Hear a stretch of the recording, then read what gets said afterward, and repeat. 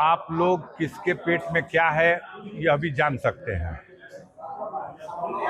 अगर कांग्रेस के कुछ उत्साही नेता 403 सीट पे तैयारी करने की बात कह रहे हैं जैसा आपने बताया, तो इसमें चकित होने की कौन सी बात है। कांग्रेस पार्टी राष्ट्रीय पार्टी है, राष्ट्रीय स्वरूप है उसका। तो अगर उनके उत्साही कार्यकर्ता, नेता, उनका संगठन 403 सीटों पर चुनाव की तैयारी कर रहा, तो हमारे जैसे व्यक्ति को तो बड़ी प्रसन्नता है। अब सवाल आप उल्टा करेंगे कि तो फिर आप लोगों का गठबंधन क्या होगा।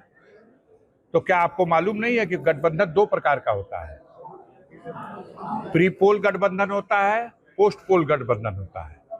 अगर कांग्रेस के लोग 403 सीट पे तैयारी कर लिए तो जाहिर सी बात है वो अपना मुख्यमंत्री का कैंडिडेट भी डिक्लेयर करेंगे। हम भी अपने 403 सीटों पे लड़ेंगे। ऐसी स्थिति में हमारा मुख्यमंत्री का कैंडिडेट ऑलरेडी डिक्लेयर है। चुनाव होगा, चुनाव में अगर उनके लोग बड़ी संख्या में, मान लिए 150 सीट जीत के कांग्रेस पार्टी आ गई, तब भी तो 25-50 कम पड़ा। Samajwadi party post poll alliance के माध्यम से उनको सहयोग दे देगी, उनकी सरकार बना देगी, उनका मुख्यमंत्री बना देगी और सहयोगी की भूमिका में सरकार के में साथ रहेगी।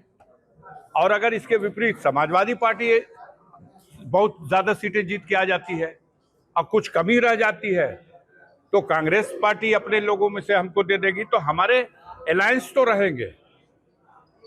प्री पोल अलायंस नहीं होगा जैसा कि पार्लियामेंट में हुआ। तो अगर कांग्रेस प्रयोग करना चाहती है तो पोस्ट पोल अलायंस के लिए भी हम तैयार हैं। बहुत अच्छी बात है, पूरी अपने संगठन की ताकत से वो तैयारी करें 403 सीटों पे लड़ने के लिए। अलग लड़ेंगे तो और ज्यादा सफलता की उम्मीद रहेगी उनको। और समाजवादी पार्टी अपने कार्यकर्ताओं को, अपने सिद्धांतों को लेकर, लेकिन हम दोनों के बीच की दोस्ती बरकरार रहेगी। ये चुनाव प्री पोल ना होके पोस्ट पोल होगा। अगर आपकी बात सही है तो, अगर कांग्रेस के लोग ये कह रहे हैं कि हम 403 पे लड़ेंगे, तो बस इतनी सी बात है। नहीं, हमारे राष्ट्रीय अध्यक्ष ने कह दिया है कि सीटों का कोई झंझट नहीं है। आप कोई भी सीट बता दो, ये सीट हमें चाहिए, उसका निष्पक्ष सर्वे करा लिया जाए।